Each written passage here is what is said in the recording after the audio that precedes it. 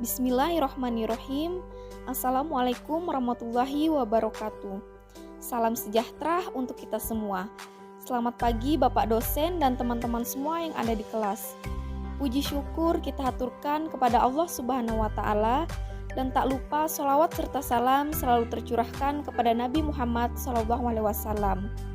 Kami dari kelompok 1 yang terdiri dari saya Nur Halida sebagai moderator sekaligus presentator pertama, dan Fahrian Awaludin sebagai presentator kedua, serta Jalia sebagai presentator ketiga. Pada hari ini kami akan mempresentasikan makalah kami yang berjudul Al-Kindi tahun 801 sampai 873.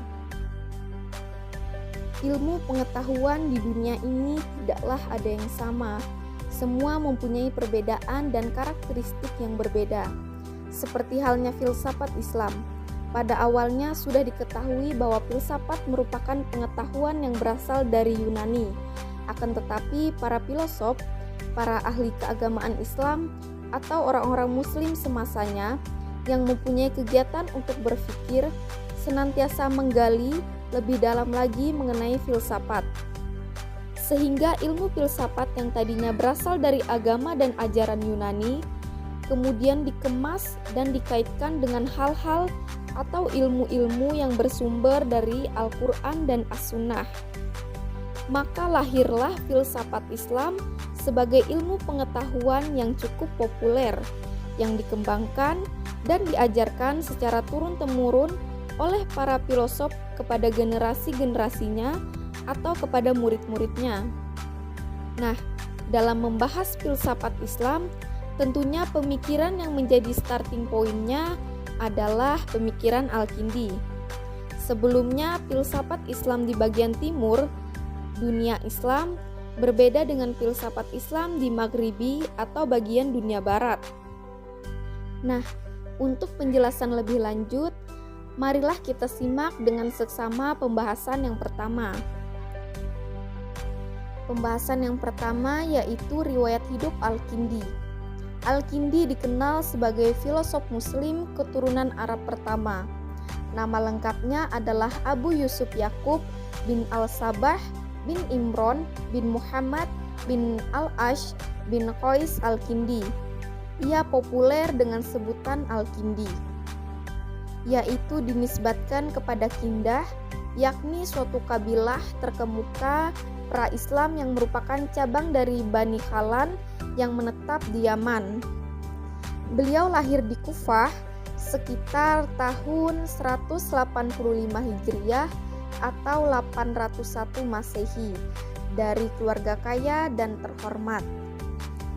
Ayahnya Ishaq bin Al-Sabah adalah gubernur Kufah pada masa pemerintahan Al-Mahdi tahun 775 sampai 785 Masehi, dan Al-Rashid tahun 786 sampai 809 Masehi. Beliau adalah seorang penulis yang produktif. Jumlah buku yang ditulis oleh beliau adalah 241. Dan buku yang paling menonjol yaitu astronomi, aritmatika, geometri, kedokteran, fisika, filsafat, psikologi, dan musik. Dan dia juga seorang penerjemah awal karya-karya Yunani ke dalam bahasa Arab. Tetapi fakta ini sebagian besar telah oper, dibayangi oleh tulisan-tulisan yang banyaknya asli. Sangat disayangkan bahwa sebagian besar buku-bukunya tidak lagi masih ada. Pengaruh Al-Kindi tentang perkembangan ilmu pengetahuan dan filsafat itu signifikan dalam kebangkitan ilmu pengetahuan dalam periode tersebut. Pada abad pertengahan, Cardano menganggapnya sebagai salah satu dari 12 pikiran terbesar. Karya-karyanya pada kenyataannya menyebabkan perkembangan lebih lanjut dari berbagai subjek selama berabad-abad, terutama fisika, matematika, kedokteran, dan musik. Nah, kita sudah tahu riwayat hidupnya seorang tokoh filsafat besar. Untuk melengkapi presentasi kita hari ini, penyampaian presentasi berikutnya akan disampaikan oleh saudara Fahrian. Kepada Fahrian, saya persilahkan. Pemikiran filsafat Al-Kindi. Bangunan pemikiran filsafat Al-Kindi merupakan refleksi doktrin-doktrin yang diperolehnya dari sumber-sumber Yunani klasik, dari warisan Neoplatonis yang dipadukan dengan keyakinan agama yang dianutnya. Oleh karena itu, basis pemikiran filsafat yang mendasari keseluruhan pemikiran Al-Kindi ditemukan dalam risalah Fil al-Hudud al-Asyah. Dalam kisah tersebut, Al-Kindi melakukan peringkasan atas definisi-definisi dari literatur Yunani dalam bentuk yang sederhana.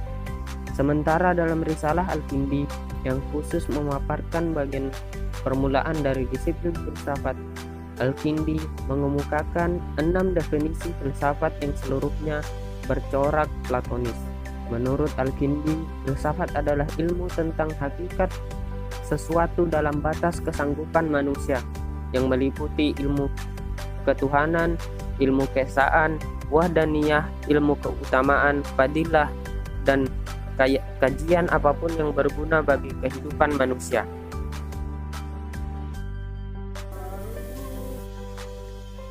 Dalam teori, para filosof mencari kebenaran dan dalam praktek menyesuaikan kebenaran itu dengan kenyataan empiris. Jika pengetahuan tentang kebenaran merupakan orientasi yang hendak dicapai oleh para filosof, maka Al-Kindi pun menetapkan tujuan untuk filsafat sebagai jalan menuju pengetahuan tersebut. Menurut Al-Kindi, pengetahuan akan kebenaran mengharuskan manusia untuk menggabungkan fisika dan metafisika, sains dan teknologi. Berangkat dari asumsi ini, Al-Kindi mengupayakan perpaduan antara doktrin filsafat dan agama. Pengetahuan tentang ilah pertama merupakan pengetahuan yang tersimpul mengenai semua aspek lain dari filsafat. Dia ilah pertama, Tuhan adalah paling mulia, awal dari jenis, awal dalam tertib ilmiah, dan mendahului zaman karena dia adalah ilah bagi zaman. Meskipun banyak merujuk pada Aristoteles, Al-Kindi tidak membatasi peran filsafat pada pemikiran abstrak semata-mata. Sebagian muslim yang baik, dia meyakini peran penting filsafat dalam mendampingi agama. Kebenaran yang dicari oleh para filosof tidak berbeda dengan kebenaran yang disampaikan oleh para nabi kepada umat manusia.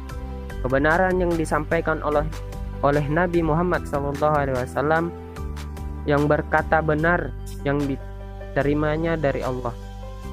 Bagi Al-Kindi bisa dibuktikan melalui pijakan-pijakan rasional. Baik, langsung saja ke materi selanjutnya, yaitu tinjauan tentang pemikiran Al-Kindi. Al-Kindi merupakan filosof pertama yang menyelami persoalan filsafat dan keilmuan dengan menggunakan bahasa Arab. Sebagai orang yang mempelajari pikiran-pikiran filsafat dari masa-masa sebelumnya, maka ia harus memperkenalkan pikiran-pikiran tersebut kepada dunia Arab Islam tentang berbagai persoalan yang sebenarnya terasa asing sama sekali oleh mereka. Dari segi ini, maka Al-Kindi menghadapi kesulitan yang besar, akan tetapi ia dapat mengatasinya dengan baik. Jadi untuk kesulitan yang dapat ia atasi yaitu dalam penggunaan bahasa. Nah, kalau misalnya terpaksa nih memakai kata-kata Yunani asli, maka ia juga menyebutkan istilah Arabnya. Jadi menggunakan istilah-istilah Arab itu untuk pengertian kata-kata Yunani. Dan ia meneliti persoalan-persoalan filsafat yang walaupun nih sudah dibicarakan sama filosof-filosof sebelumnya, tapi dia tetap mempertahankan kepribadiannya dan pendapatnya sendiri. Untuk materi selanjutnya saya kembalikan kepada moderator. Terima kasih kepada Jalia atas penjelasannya. Baiklah teman-teman, kita sudah mendengarkan penjelasan tentang riwayat hidup Al-Kindi, pemikiran-pemikiran filsafat Al-Kindi, dan tujuan tentang pemikiran Al-Kindi. Agar pengetahuan kita tidak berhenti di sini saja, saya akan membuka sesi diskusi yang mana kalian bisa menanyakan, menyanggah, atau memberikan tanggapan terkait materi yang disampaikan tadi. Baiklah teman-teman semua, demikianlah hasil diskusi dan juga presentasi kita pada hari ini terkait materi seorang filsuf besar Al-Kindi. Tapi sebelum saya menutup presentasi ini, izinkan saya untuk menyampaikan kesimpulan. Kesimpulannya, Al-Kindi telah dianggap sebagai ahli falsafah muslim dan paling agung. Berkat kejeliannya dalam menggeluti ilmu filsafat, maka nama-nama hebat seperti Al-Farabi dan Ibnu Sina merujuk kepada hasil karya beliau. Basis pemikiran filsafat yang mendasari keseluruhan pemikiran Al-Kindi ditemukan dalam risalah Fi al-Hudud al-Asya. Dalam risalah tersebut, Al-Kindi melakukan peringkasan atas definisi-definisi dari literatur Yunani dalam bentuk yang lebih sederhana.